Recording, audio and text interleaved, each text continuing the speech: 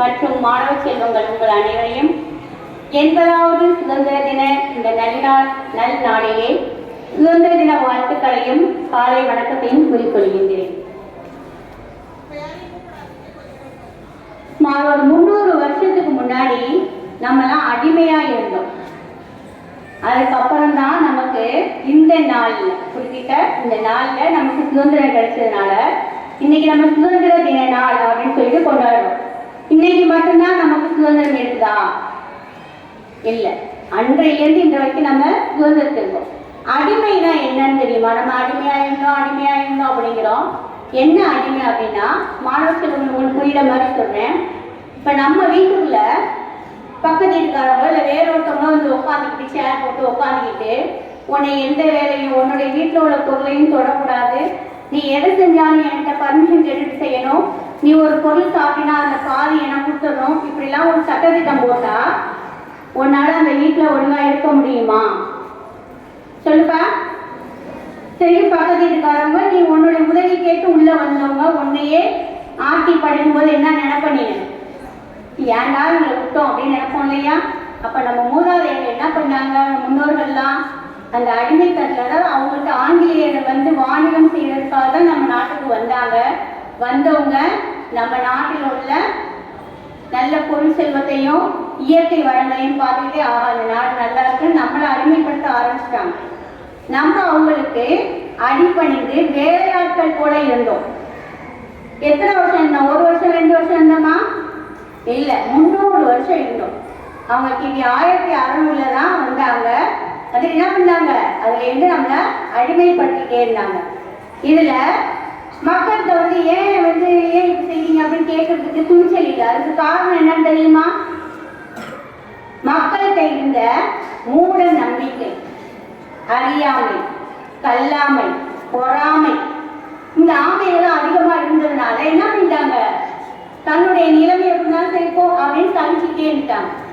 இதுல ஓரளவு கல்வி அறிவு பெற்றவர்கள்லாம் என்ன பண்ணாங்க? முன் வந்து நம்மளுடைய இந்த நிலைமை நமக்கு நல்லதில்லை, நம்ம நாட்டை நம்ம காப்பாற்றணும், மக்கள் வந்து அவங்க வீட்டில் நம்ம வீட்டில் சுதந்திரமா இருக்கணும் இல்லையா? அதே மாதிரி நம்ம நாட்டில் நம்ம மக்கள் அடிமை இல்லாம சுதந்திரமா இருக்கணும் அப்படின்ட்டு நிறைய பேர் போராட்டத்துல ஈடுபட்டாங்க. நம்ம வரிசையா பார்த்தோம், நிறைய தலைவர்கள்லாம் இருந்தாங்க. இதுக்கு முதல் ஆரம்பமா இருந்தது யாரு அப்படின்னு கேட்டா, மங்கள் பாண்டே அப்படிங்கிற ஒரு இளைஞர். இவர் ஒரு ராணுவ வீரர் மாதிரி ராணுவ தளத்துல வேலை பார்த்திருந்தவரு. அந்த ராணுவ வீரர்கள்லாம் பயன்படுத்துவாங்கல்ல, துப்பாக்கி குண்டெல்லாம் இருப்பாங்க இல்லையா?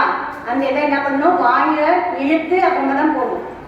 அப்படி செய்யும் போது அந்த தோட்டாக்கல்ல என்ன தடவிருந்தாங்கன்னா, பன்றியினுடைய கொழுப்பும் பசுமாட்டினுடைய இறைச்சி அந்த கொழுப்பும் வச்சுருக்காங்க. இப்போ இந்துக்களுக்கு வந்து பசுமாடு வந்து தெய்வமா வழிபட்டாங்க, அதனால அவங்க தொடமாட்டாங்க. அதே மாதிரி முஸ்லிம்ஸ் வந்து பார்த்தீங்கன்னாக்கா பன்றியினுடைய இறைச்சியை தொடமாட்டாங்க. அப்போ இது ரெண்டையும் நம்ம யூஸ் பண்ணும்போது அவங்களுக்கு அந்த தெய்வ குற்றம் அந்த மாதிரி ஒரு எண்ணம் ஏற்படுறதுனால அவங்க என்ன பண்றாங்க? மங்கள் பாண்டிங்கிற இளைஞர் முதலாக ஆங்கிலேயரை எதிர்த்து போராடுறாங்க. அப்படி அவங்க போராடினதை வச்சுதான் மற்றவங்களுக்கு எல்லாம் ஒரு விழிப்புணர்வு வருது. நம்மளும் இந்த மாதிரி அவங்க இளைஞரோட சேர்ந்து நம்ம தேசத்துக்காக நம்ம நாட்டுக்காக போராடுவோம், நம்ம சுதந்திரத்தை நம்ம வாங்குவோம்னு சொல்லிட்டு அங்கங்கே இருந்த மக்களுக்கு முதல்ல விழிப்புணர்வை கொடுக்குறாங்க.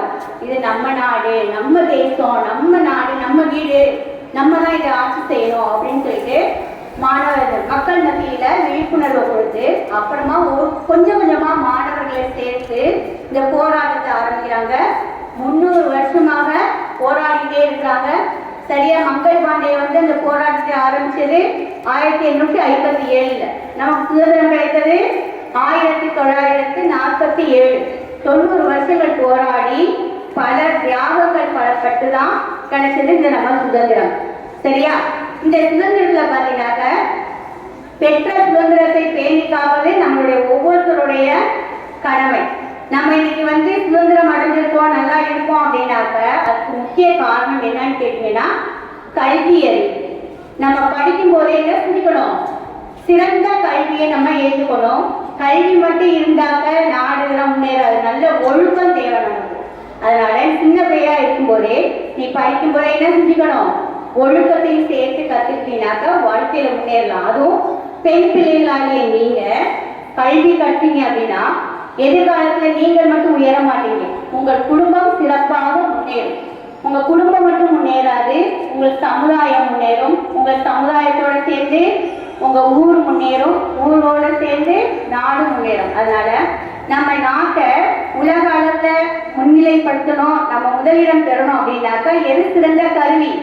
நண்பன் கூட சொல்லலாம், கல்விதான். அதனால கல்வியை கற்று நல்ல உங்களுடைய வாழ்க்கையில நல்லது எது கெட்டது எது என அறிந்து நம்ம ஈடு கொண்டு வாழ புதிய பாரதத்தை படைப்போம். உங்களெல்லாம் பெண் பிள்ளைகள் நம்மளால என்ன செய்ய முடியும் அப்படிலாம் கிடையாது, நிறைய பெண்கள் தான் சாதிச்சிருக்கிறாங்க. சரி, அந்த லிஸ்ட்ல பார்க்கும்போது ஆங்கிலேயரை எதிர்த்து ஆயுதம் ஏந்தி போராடிய முதல் பெண்மணி யாருன்னு கேட்டா வேலு நாச்சியார் அம்மையார். அப்புறம் போராடி இறப்பது அடங்கி கிடப்பதை விட மேல் அப்படின்னு சொல்றவங்க ஜான்சி ராணி லட்சுமிபாய். அவங்க ஆங்கிலேயருக்கு எதிராக போரிட்டு தன்னுடைய இன்னுரையில் இறந்தார். அப்புறம் காந்தியடிகளால் தென்னாட்டின் ஜான்சி ராணி என அழைக்கப்பட்டவர் கடலூர் அஞ்சலை அம்மாள். வீர தமிழனை பட்டம் பெற்றவர் டாக்டர் தர்மாம்பாள். இந்தியாவின் நைட்டிங்கேல் என அழைக்கப்பட்டவர் சரோஜினி நாயுடு. இன்னும் பல பெண்கள் நிறைய இந்த லிஸ்ட்ல கேட்காங்க. அதனால பெண் பிள்ளைகளாக நம்மளாலையும் சாதிக்க முடியுமா? முடியாதா? முடியும். அதனால துணிவோட இருக்கணும். இன்னொன்று ஒரே ஒரு எந்த செயல் செஞ்சாலும் நம்ம மேல தப்பு இல்லாம பார்த்துக்கணும். நம்ம கரெக்டா செஞ்சோம் அப்படின்னாக்கா நம்மளுடைய பாதை நேர்வழியில போகும், நம்மளுடைய வாழ்க்கையிலையும் முன்னேற்றம் காண்போம்.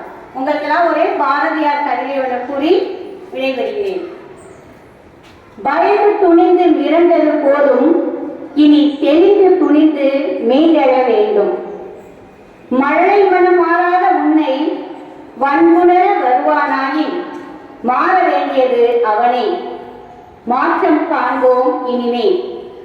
மழை மனம் மாறாத உன்னை வன்புணர வருவானாயின் மாற வேண்டியது அவனே, மாற்றம் காண்போம் இனிமே. அடுத்த அடியை நீ எடுத்து வைத்தால் 1000 கதவுகள் திறந்திடும் உனக்கு. அடுத்த அடியை நீ எடுத்து வைத்தால் 1000 கதவுகள் திறந்திடும் உனக்கு. ஆடவர் திமிரும் அடங்கிடும். விதி என்று தேங்கிவிடாமல் ஈரம் கொண்டு வெளியே வா. விதி என்று தேங்கிவிடாமல் வீரம் கொண்டு வெளியே வா. பெண்ணே, வீரம் கொண்டு வெளியே வா. விழும் வேகத்தை விட எழும் வேகம் அதிகமாக இருந்தால், விழும் வேகத்தை விட எழும் வேகம் அதிகமாக இருந்தால் தோற்கடிக்க அல்ல, உன்னை பார்க்கவே எவரும் பயப்படுவார். நன்றி.